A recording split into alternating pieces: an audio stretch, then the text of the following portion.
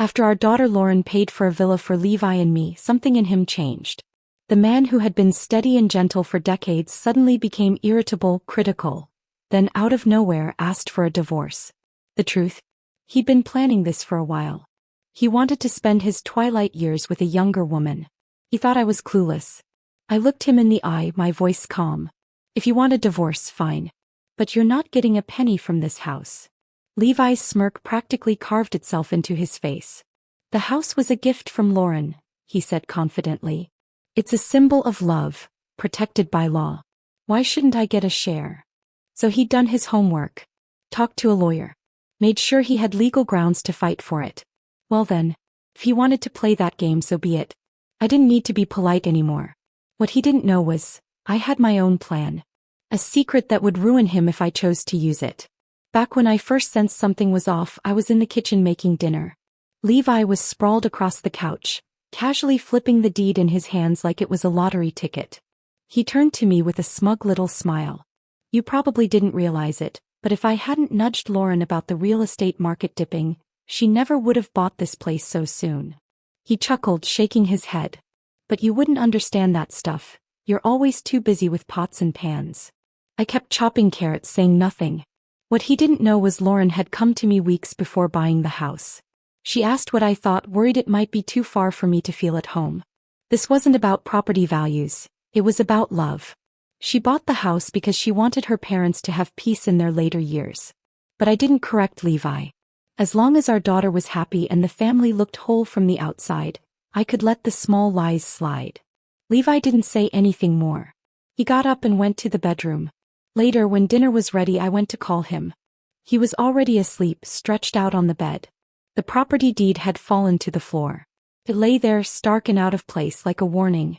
I walked over, gently pulled the blanket up over him, and that's when I saw it.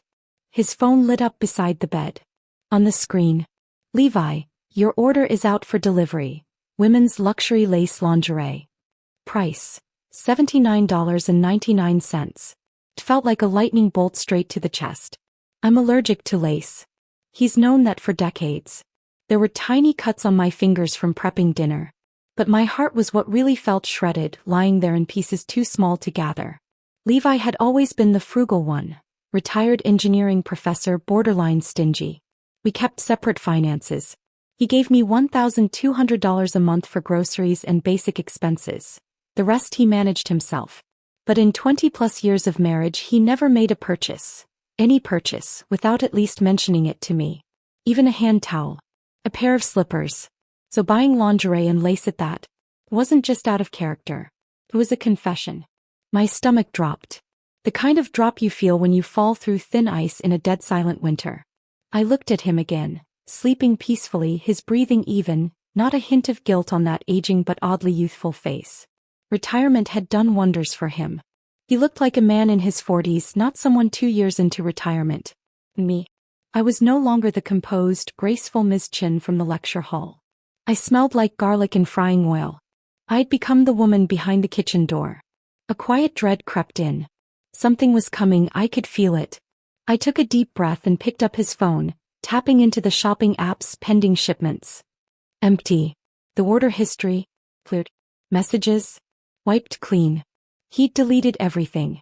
If he hadn't been too tired to lock his phone that night, I would have never seen the order at all. My stomach tightened, but I didn't confront him right away. I stayed quiet for 3 days. Then one evening, as casually as if I were commenting on the weather, I said, I was thinking about getting a new nightgown. It's been so cold at night lately. Levi was leaning back on the couch reading a financial magazine. The second he heard me, his head snapped up, eyes sharp as glass. You went through my phone? 5 words. Like a gavel slamming down in a courtroom. I hadn't even accused him of anything yet, and he'd already put me on trial. Anger ignited in my chest, but I didn't let it explode. I set the mop down in the corner, turned to him slowly and said in a cold, measured voice, your phone wasn't locked. I just happened to see the order screen. I thought, naively, that he might explain himself. That he'd offer some half-hearted excuse. Even a lousy, I ordered it by mistake, would have been something. But no. Instead he scoffed, dismissive, defensive. His voice rising like he was scolding a child in one of his lectures. Grace Mitchell, are you seriously acting like a jealous teenager? Snooping through someone's phone, aren't you ashamed of yourself? Just because it wasn't locked doesn't give you the right to invade my privacy. The mask had come off. The gentleman act was gone. Funny really, this was the same man who once puffed out his chest and said, "I don't keep secrets from you. My phone's an open book." I didn't bother arguing. I walked over to the couch, sat down and let him put on his little show. That only made him angrier. In a sudden burst of fury, he swept all the books and papers off the desk. The loud crash rang out like a starter pistol in a race to the bottom. "You don't trust me? Fine. Let's get a divorce. There, you happy now? Divorce." I blinked. And then I laughed. Levi wasn't the type to throw things, not without purpose. This wasn't an outburst. This was strategy. He didn't want a fight. He wanted an exit. I looked down at the chaos on the floor, papers scattered like dead leaves, and felt nothing but bone-deep exhaustion. No rage. No sadness. Just the kind of fatigue that seeps into your soul when something quietly breaks. The man I married, the warm, sharp-witted professor with a soft laugh, had been replaced by a stranger with a twisted snarl. And then he did something that stunned me even more. He picked up his phone and called Lauren. He told her to come home immediately. That night, Lauren burst through the front door, jacket still on, worry written all over her face.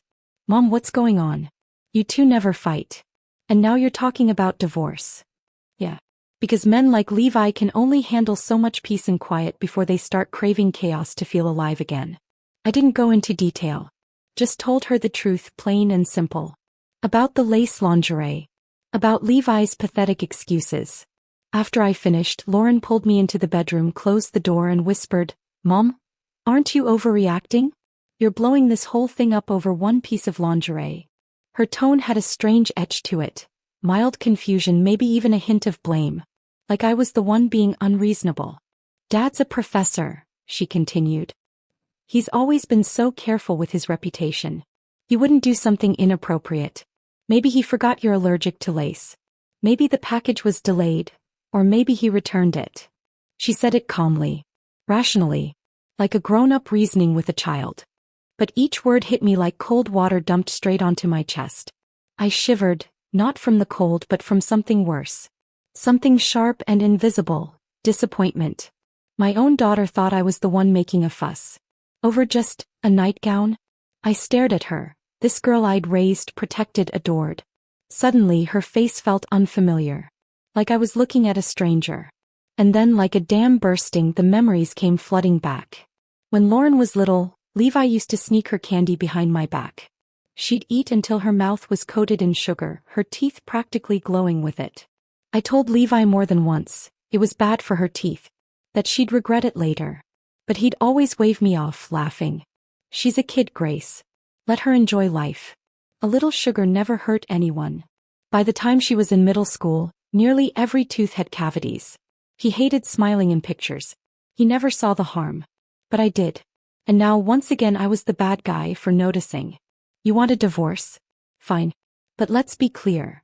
This house was paid for entirely by Lauren. If we separate, it goes back to her. Levi and I only have one child, Lauren. She bought this house because she was worried about what would happen to us in old age if something went wrong in our marriage. She emptied all of her premarital savings to give us this home. It was her way of giving us security. A responsibility she felt she owed. Before signing the purchase agreement, Lauren asked for my opinion. I hesitated at first, worried her in-laws might come after her money. But eventually I agreed. I glanced at Levi. His face had drained of color, lips tight, eyes shifty. Lauren never told him the details of how the house was paid for. But knowing Levi, he'd probably figured it out long ago. His face turned red. He jabbed a finger in my direction, raising his voice until it cracked. "This house was a gift from our daughter. I'm her father. Why shouldn't I get half?" He wasn't just angry. He was seething, almost howling with rage and indignation. My heart sank. I turned to Lauren, my voice calm but full of quiet disappointment. "Look closely. This is the man you've always trusted." Lauren's eyes darted between us, her expression shifting from confusion to something heavier, doubt. Cracks were beginning to form in the picture-perfect image of her father she'd carried since childhood. It broke my heart. But Levi? He just stood there with his hands in his pockets like a disinterested bystander. I couldn't take it anymore. I stormed into the kitchen, grabbed the mop, and marched back toward him. Get out. This house belongs to Lauren. You want a divorce? Then let's make it clean. I pushed him toward the door and he stumbled, nearly falling. His face flushed, voice trembling with rage, he spat out. Grace Mitchell, you hypocritical lunatic. Don't you know anything about the law? My name is on the deed. You can't just say I get nothing. I drew in a long breath and slammed the door in his face. Then I turned and pulled Lauren into her room, shutting the door behind us. Her eyes were glassy, rimmed with red. I stared into them, searching for the right words. And then I told her the truth. Your father, he betrayed this family. I found proof. He's having an affair. I've already spoken to a lawyer. Infidelity doesn't change much. At best, he leaves with nothing. But the house you bought. Before I could finish, Lauren's head jerked up. Her voice trembled, her face wet with tears. Mom, the house is under both your names. If you divorce, doesn't that mean it gets split 50-50? I nodded slowly. Exactly. That's why he's been picking fights. He's been planning this. Lauren wiped her face and clenched her jaw, then grabbed her phone and dialed. Vanessa Lee, she muttered. An old high school friend of hers. Now a junior associate at a law firm in New York. Someone with at least a working knowledge of property law. The next day Lauren and I met Vanessa at a quiet coffee shop downtown. Vanessa sat down, looked around warily, and cleared her throat before speaking in a low voice. Legally speaking, once a child gifts property to their parents, it's almost impossible to take it back. Lauren frowned. But I read somewhere that a gift can be revoked. Doesn't it depend on the circumstances? She was getting visibly anxious. I bought this house so my parents would have a stable place to live as they age. If something happens financially and I need to sell it, shouldn't that count as a reasonable cause? Vanessa softened her tone, glancing at Lauren. I get where you're coming from. But the problem is, this looks like an unconditional one-way gift. No strings attached. I chimed in. But I saw a news story just days ago. Parents bought their son a house, then he turned around and treated them horribly. They got the house back. Why can't we? Vanessa sighed. Her expression grew even more serious. That only worked because there was a formal gift agreement in place. It stated explicitly, the property transfer is conditional upon the giver's continued willingness. There was an observation period. If the giver changed their mind during that time, they could rescind it. But you didn't include any conditions, Vanessa said gently. No contract, no memorandum, just a wire transfer and a signed deed. In the eyes of the court, that's an unconditional gift, which means it can't be revoked. Lauren and I exchanged a look, like the air had been let out of us both. She bit her lip, her face pale. We both understood. In the eyes of the law, her generosity had become a weapon against her. A reward for the one who least deserved it. It was her money, every cent of it, and now we were forced to watch someone like Levi walk away with half. And there was nothing we could do about it. Silence fell over the table. Then Vanessa leaned in slightly, lowering her voice. But there might be a way. It's a long shot, but you could try. Her eyes sharpened, like a door cracking open just enough to let in a sliver of light. Back home, I forced myself to stay composed. I made dinner for Lauren, watched her pick at her food, then poured myself a cup of coffee. The steam rose slowly, clouding the air in front of me, turning the room into a soft, hazy blur. Just as I was about to step back into the kitchen, Lauren came up behind me and wrapped her arms around my waist. Mom, I'm sorry about yesterday. I shouldn't have said those things. I hurt you. Her voice broke. I just didn't want to believe that Dad could actually throw away our family. That woman, she's just younger, that's all. Used to be young too. Why is he being so cruel? She sobbed like a child, her whole body shaking. My heart felt like it had been torn apart and wrung dry. Outside, the sun was setting, casting a burnt orange glow across the kitchen tiles. There was a time I found comfort in these evenings, stirring a pot on the stove while the light faded gently behind me. Those moments used to feel safe. Now that peace was gone. Shattered. I held her for a while, then gently asked, "Do you think Vanessa's idea might work? If Ethan files a suit, claiming you hid assets before marriage, we might be able to protect at least part of the house." Lauren pulled away slowly, sat down on the couch and stared at the floor for a long time. But that would put Ethan and me at odds, she said quietly, more to herself than to me. And once he's involved, the house won't be just mine anymore. Even if we win, it becomes joint marital property. She bit her lip again, eyes clouded with hesitation. Our marriage is good. Really good. But I don't want to give up everything I saved before we even met. I understood. Of course I did.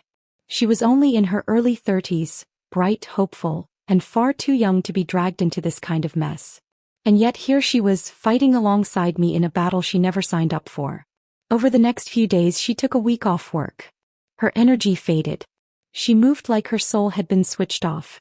Even the TV hummed in the background like a machine with no signal. And Levi? He vanished. Didn't answer his phone. Ignored every text. It was like he was ghosting us, on purpose. Lauren started to panic. She wanted to believe he could be reasoned with. She sent him a message hoping something, anything, inside him still resembled a father. He replied with a single icy sentence. Even if your mom and I divorce, you'll always be my daughter. Then a long voice message followed.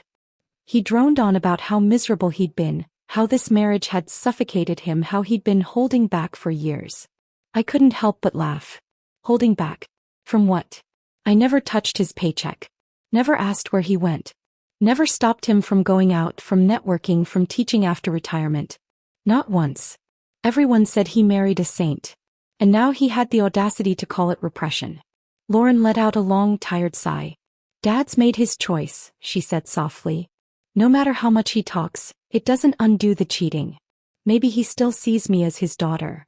But what happens when she starts pulling the strings? Her voice was quiet, but her words landed like needles. Before I could answer, she stood up and wiped her face dry. I'm taking you to Grandma's. I blinked. You're sure? Lauren gave a determined nod. Grandma would never want Dad to get a divorce. As biased as she is, there's no way she'd just sit back and watch him take the house I paid for. I didn't stop her. She wanted to try, let her. Some truths you have to face yourself, no matter how much they hurt. Only then do you really understand what people are made of. Grandma's front yard looked just the same as it always had. When we arrived, she was sitting in her old creaky rocking chair, eyes closed, soaking up the sun. She didn't so much as flinch when she saw us, not even a twitch of her eyelid.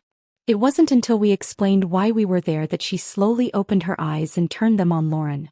I'm too old for your father's business, she muttered. Whatever he does now, that's on him. Lauren had come hoping for some kind of backup. But that flicker of hope vanished from her face in an instant. Grandma, he's trying to steal the house I bought, just so he can play house with some other woman. Her voice cracked, trembling with anger and disbelief. The old woman sighed, irritated, as if this were all an inconvenience to her. Do you know how much money your father spent raising you? You got to grow up in a warm home because of him. Now you've bought him a house, it's just giving back. You shouldn't be trying to take it away now. When we walked out of that house, Lauren looked completely lost. Mom, why does she always take Dad's side? She asked quietly. I gave her a gentle pat on the back.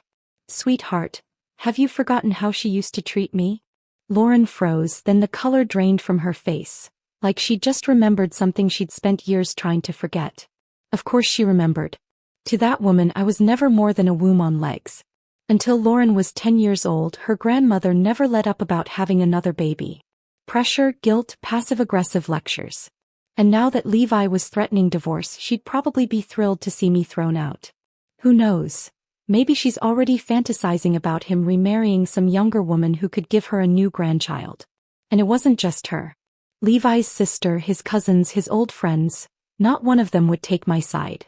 None of them wanted to get involved, and some of them were probably waiting to watch me get tossed out like garbage. Me. My parents are gone. My siblings. Well, a few might offer hollow words of sympathy. One or two might tell me to try and be the bigger person. But that's it. They wouldn't do anything else. This quiet cruelty, this apathy that lies beneath the surface of blood ties, is something Lauren hasn't yet learned to recognize. Over the next few days, Levi stayed in full silent treatment mode. No calls. No texts. No arguments. Nothing. Just that smug silence, like he was daring us to make the next move. He knew the law. I could see it in how he carried himself. He knew we'd spoken to lawyers. And he was banking on that knowledge. Banking on silence, on pressure, on time wearing us down. He thought we'd fold. Lauren was growing more anxious by the day. She was losing sleep, losing focus, trying to process how the father she once revered could so easily become this thing. Finally, one afternoon she broke. Ethan had called again, urging her to come home. She was running out of excuses. So before leaving, she turned to me with pleading eyes. Mom, maybe we should just give Dad $50,000. That was supposed to be the budget for renovations, right? Maybe if we offer him that, we can convince him to sign the house over to you. My heart twisted. My daughter still believed she could negotiate. Still hadn't fully grasped how greedy, how calculated her father had become. I'm sorry, Mom, she whispered, eyes red and full of shame. I know you have the proof he cheated. You could walk away clean. But I paid for that house. I can't stand the thought of it going to some stranger. This is all I've got. For someone as decent and trusting as her, even suggesting a financial solution was pushing her emotional limit. I told her to go back to work to rest her mind. I'd take it from here. That night, I lay in the bed Levi and I once shared, staring at the ceiling until dawn. I didn't tell Lauren the truth. Her plan? Useless. 50 grand wouldn't move him. Wouldn't even make him blink. The next morning, I got dressed with care, gray-blue dress, subtle perfume, light makeup. Today I wasn't going to argue. I was going to play my final card. And I knew exactly where to play it. At Rachel's office. Rachel is 15 years younger than Levi. After college, she stayed on as a lecturer at Newberry State University, teaching courses in cultural communication and sociolinguistics. Over the past few years, she frequently stopped by our house under the pretense of visiting former professors. Just a few days before Levi filed for divorce, she even sent me a text saying she wanted to check in on how the two of us were doing. No. Radio silence. Fine. If she won't come to me, I'll go to her. I reached out to a few former students who still taught at the university and got my hands on Rachel's class schedule for the semester. The next afternoon, I stood outside the main academic building waiting. She emerged in a beige tailored trench coat, her wavy hair cascading over her shoulders, makeup flawless, not a single line visible around her eyes. If I didn't know her age, I'd have guessed early 30s. Levi had certainly kept her well. The moment she spotted me, her face faltered for half a second.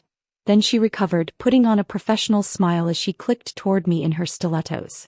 Mrs. Mitchell? What a surprise. Visiting someone on campus. She reached out, clearly intending to shake my hand, nails polished a blinding red. I stepped back. Didn't hide the disgust on my face. I shook her off like she was something filthy that had landed on my skin. I'm here for you. Half an hour from now, meet me at the cafe across from the campus gates. If you don't show up, let's just say, your job here might not stay as secure as you think. I paused. My tone was even, quiet, but every word landed like a brick dropped from a rooftop. You know, plenty of my students still work here. And this face? It's not exactly unknown around campus. Rachel stood frozen, smile cracking like old paint. For a moment she didn't say a word.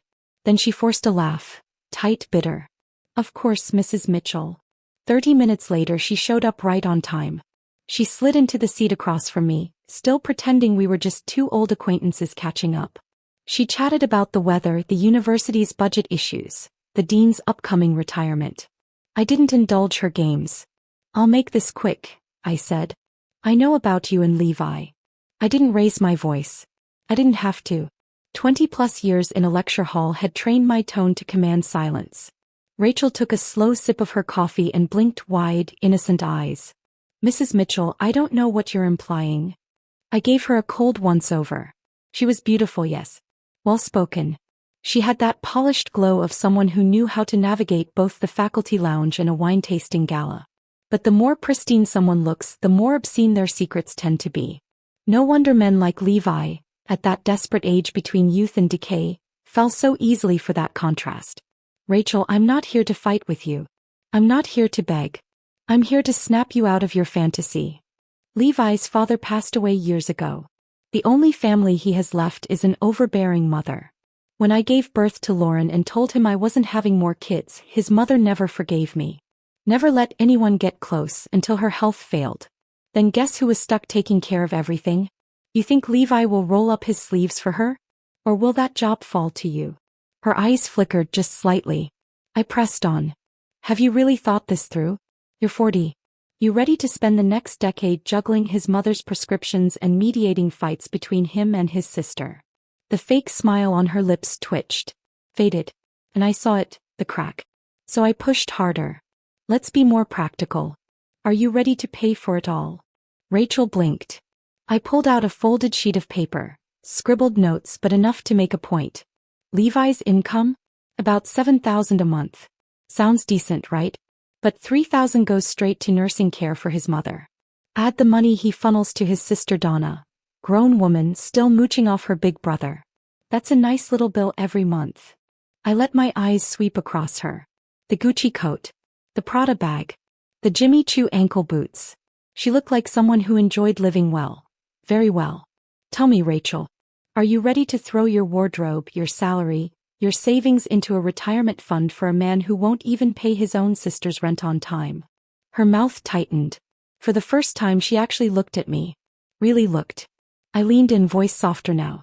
You're a woman. You know how hard it is to live freely with dignity in this world. If things were easier, you'd be married with kids by now. But you're not, because somewhere inside you know what that costs. I held her gaze. Are you sure you want to pay that price for him? Rachel was never the kind of woman who sought peace, she was in it for the thrill. If she had shown up today in a simple outfit, no makeup, no polished veneer, maybe, just maybe, I'd have believed she truly loved Levi and wanted to build a quiet life with him. But the version of Rachel I saw, confident, glamorous, exuding self-assurance from every inch of her designer ensemble, left no doubt in my mind. In her world, self always came first. What she didn't expect was how directly I'd call her out. No drama. No pleading. Just brutal clarity. She stared at me in silence, not blinking, not responding, calculating. And I simply kept speaking, calm and detached, like someone offering weathered advice to a stranger. You need to think carefully before tying yourself to Levi. He's not just divorcing me, he's trying to steal a house paid for entirely by his daughter. A man that cold, that greedy, what kind of future do you think he's offering you? Rachel took another sip of her coffee, her expression unreadable, as if working through a spreadsheet in her mind. Then finally, after a long pause, she looked up and said, Mrs. Mitchell, don't you think you're wasting your breath? There's really nothing between Levi and me. I heard what she was really saying. I believe you, I replied slowly. I believe that even if there was something between you two, there won't be again. Because if there is, you'll find out exactly what a mother is capable of when her child is being wronged. See, this wasn't just about Levi being callous and trying to take something that didn't belong to him. It was about the story it would write into Lauren's heart. If a man could betray his own daughter, twist the law in his favor, and run off into the sunset with another woman, what would that teach her about justice? About loyalty? About the price of kindness? If Levi hadn't gone silent, I probably wouldn't have come to warn Rachel. But his silence, his cowardly retreat, forced me to act. A few days later, Lauren called me. Her voice was drained. Dad said no to the $50,000. She didn't know that at the time I was already on the phone with a real estate agent. I was preparing to rent out the unfinished home she'd paid for. Because I couldn't count on Rachel listening and I needed a plan B. On the call, I reassured Lauren gently and added, if your dad tries to reach out again, don't respond. No matter what he says, don't engage. A week passed. Winter arrived. The chill bit through every layer of clothing. That's when Levi finally called. His name lit up the screen and I stared at it for a long moment. Was this about Rachel? Or the house? Grace, how have you been? His tone was uncharacteristically soft. He even asked if I was home. I was on the balcony watering the last of the fall flowers, my voice calm and unmoved. I'm fine. Just been waiting on you to come back and finalize the divorce. I can come right over. We should talk this through in person. Sorry, I said, unable to hold back a smile. But since this house is part of the divorce proceedings, I've already had the locks changed. You won't be able to get in. Let's meet somewhere else. I could only imagine his face in that moment. The next day we met at the lake behind the university. We used to come here often when we both taught at Newberry. Walks after breakfast, casual conversation, lesson plans, staff meetings, years that blurred into routine. There were probably thousands of footsteps of ours etched into the soil around that lake. So the choice to meet there? Deliberate. Poetic. I looked at Levi, still with that jet black hair still polished. I gestured toward the eastern edge of the lake. Remember that view? I asked. That's the direction our house was. We'd stand here after walks just to look that way. Life wasn't easy then. Work stress, arguments. But every time we looked toward home we remembered who was waiting for us. We remembered Lauren.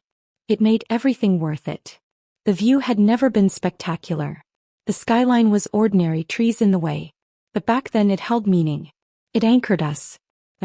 No matter how long I stared, all I saw was nothing. Levi pressed his lips into a tight line, looking like a schoolboy caught doing something wrong. Too proud to apologize, too guilty to meet my eyes. He didn't answer right away. Instead he followed the direction I pointed toward, staring off quietly, his thoughts impossible to read. But I wasn't about to wait for him to catch up. So, I said flatly, have you figured out how you want to handle the divorce? Levi shoved his hands into his pockets and looked down at the gravel under his shoes. He said he didn't want a divorce. That all the things he said before were out of anger. That I'd misunderstood everything, he never cheated. Then he pulled out his phone and scrolled to a chat thread. Some screenshots with the owner of a sleepwear boutique. He zoomed in. Look, he said, this is the message I sent when I ordered the lingerie. See the height and weight? That's you, Grace. You misunderstood. I was upset that day. That's all. I glanced down at the screen. Sure enough, it was the same store. And yes, the measurements were mine, not Rachel's. Had he shown me this when I first found that order, maybe I would have believed him. But now he still thought I didn't know how to navigate an app, didn't understand how to check a shopping record, didn't realize that deleted order messages don't magically reappear in the interface. The screen he showed me was fake. I met his shifty gaze with a cold smile. Oh, so even if I did misunderstand you, that's all it takes to cancel a divorce now? Funny. You were the one who always told Lauren to mean what she says. What happened to keeping your word? Levi froze, clearly not expecting me to hold the line. That's when I dropped the real news. Oh, by the way, Lauren's house? I rented it out. 10-year lease. The deed was still at home. And thankfully I had a spare set of keys. Levi had left in a hurry, arrogant as ever, assuming he knew the law inside and out. He didn't even bother taking the title with him. He also had an image to maintain. He hated public embarrassment. No matter how bad things were between us, he always tried to keep up the appearance of dignity in front of others. So if the lease went through smoothly and the new tenant, my cousin, moved in, it wouldn't matter if Rachel had a change of heart. Levi wouldn't be able to reclaim control of that house without getting his hands dirty in public. He stared at me in disbelief. That's not possible. My name's on the deed. You can't rent it out without my consent. He wasn't wrong. If I'd gone through an agency, I would have needed his signature too. But I hadn't. I rented it directly to my cousin under a private agreement. My cousin who always believed Levi and I had a perfect marriage. Who wouldn't question anything if I offered the place at a discount and handed over a signed lease myself. Sure, Levi could make a scene. But if he did, the entire divorce, every sordid detail would be dragged out into the open. I turned to him, steady and calm. Levi, I might have been a housewife for 2 years, but I haven't gone senile. For over 2 decades you acted like I wasn't as smart as you. But this time, you underestimated me. If you dare make a fuss, I'll make every detail of your affair public. Screenshots, timeline, receipts. You think you'll still be the respectable professor after that? He blinked hard, stunned. His pupils widened, the mask crumbling. Was it you who told Rachel? Yes, it was me. But I didn't lie to her. I just told her the truth. I let the words settle before continuing, one slow cut after another. You still don't get it, do you? You lost because you're arrogant. You thought you could fake a tantrum, bluff your way through a divorce and walk off hand in hand with Rachel. You thought your legal knowledge gave you the upper hand, so you left the deed at home, and gave me just enough time to lock you out. You thought I'd believe whatever explanation you tossed my way because in your mind I've always been a little slower than you. But worst of all, you actually thought a woman like Rachel, beautiful, successful, wanted to spend the rest of her life scraping by with a man clinging to retirement benefits and a nursing bill. Every word hit its mark. The swagger, the arrogance, gone. Now that Rachel had left, his backup plan had fallen apart. And without her? He didn't dare test me. Not anymore. As soon as I got back to my brother James's house, my phone rang. Lauren again. Mom, Dad just sent me a bunch of texts. He's apologizing non-stop. What happened? Come to your uncle's place tonight, I said. I'll explain everything then. After I hung up, James sat down on the sofa beside me, his tone low and measured. Grace, if Levi's admitting fault now, maybe just let it go. He's a man, you know how they are. They screw up sometimes. If he's willing to come home, isn't that enough? I appreciated him opening his home to me these past few weeks. Truly I did. But I couldn't pretend to agree with him. Levi had made it very clear that he was ready to burn every bridge. I wasn't about to let him walk away unscathed just because he changed his mind. I looked at James, calm but firm. You've seen how I treated Levi's mother all these years, haven't you? Every winter, when her arthritis flared up and she couldn't cook, it was me hauling food to her house, washing her laundry, scrubbing her floors. Over and over. Without complaint. And in the end? She turned her back on Lauren. Claimed she was too old to get involved.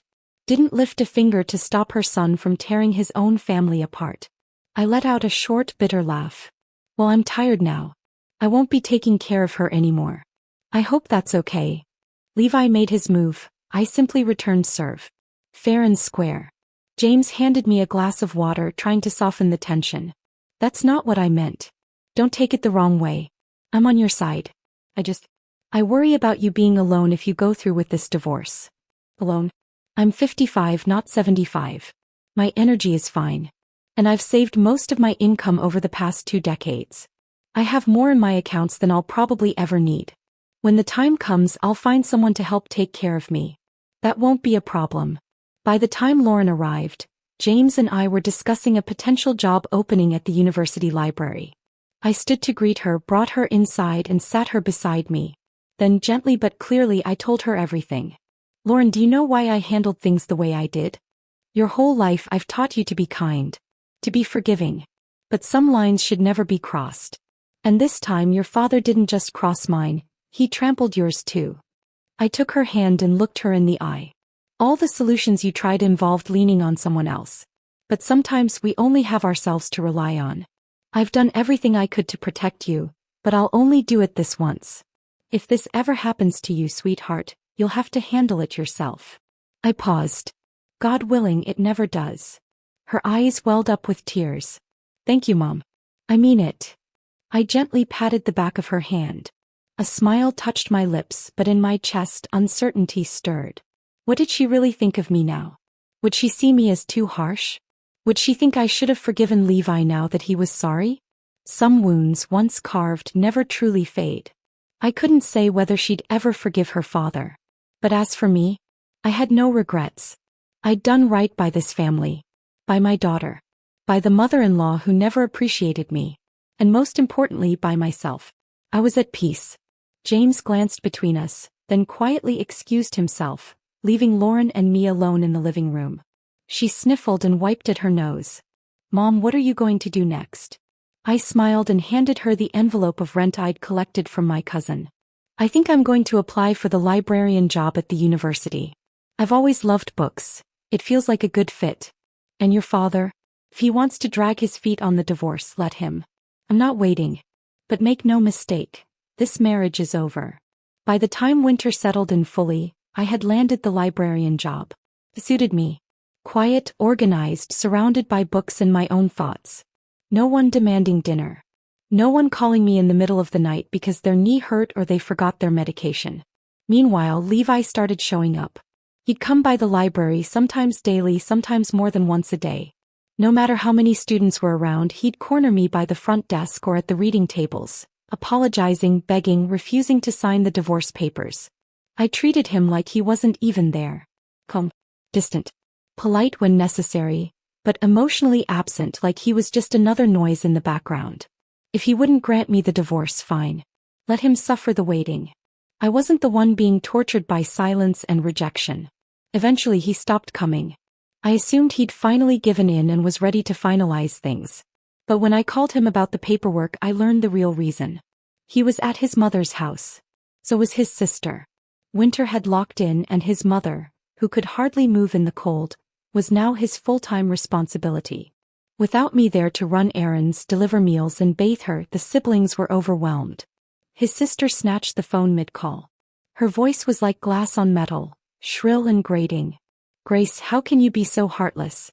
My mom's over 80. You can't even come visit once." I smiled into the receiver. "Levi and I are getting divorced," I said coolly. "Why would I be the one taking care of her?" My hands were still red from cooking, but my heart had gone numb. This wasn't guilt. This was clarity. There was yelling in the background, Levi and his sister arguing over the phone. Somewhere in the chaos, a frail voice broke through, nasal and trembling. "Grace, Grace, I haven't seen you in so long." It was Levi's mother. I'd heard enough. I hung up. Then I texted Levi and told him to meet me the next day to finalize the divorce. When the paperwork was done, I felt like I could breathe for the first time in years. To his credit, Levi didn't contest anything. No fight over the house. He knew better. I moved back in, changed the locks, installed a security door. My life finally was mine again. I didn't expect to run into Rachel at the library. She looked radiant as ever, like a girl in her 20s dressed in luxury. White mink coat, designer heels, not a hair out of place. The moment she saw me, her eyes darted sideways and she turned to bolt. But I didn't let her. "Relax," I called after her. "I'm not here to warn you off. I'm just here for some peace and a job that keeps my hands busy. Oh, and Levi and I? Divorced. You're free to have him if that's what you want. Just don't get too comfortable. My daughter's house won't be part of your love story." Rachel froze. She turned slowly, clearly caught off guard, and gave a small, sheepish smile. "Mrs. Mitchell, I'm sorry. There was never anything between me and Levi. And there never will be. Really, I mean that. I'm sorry." Her eyes shimmered with something fragile. Maybe shame. Maybe regret. I didn't respond. Just kept organizing the shelf in front of me. She stood there awkwardly, twisting her hands, eyes darting around like she didn't belong anymore. Then, with another hushed, "I'm sorry," she turned and walked toward the exit. The white coat wrapped tight around her, pristine and delicate, almost glowing under the warm lights of the library. I watched her retreating figure fade into the distance. And just like that, the bitterness I'd carried through the war of divorce, the tension, the betrayal, the grief, melted away with her.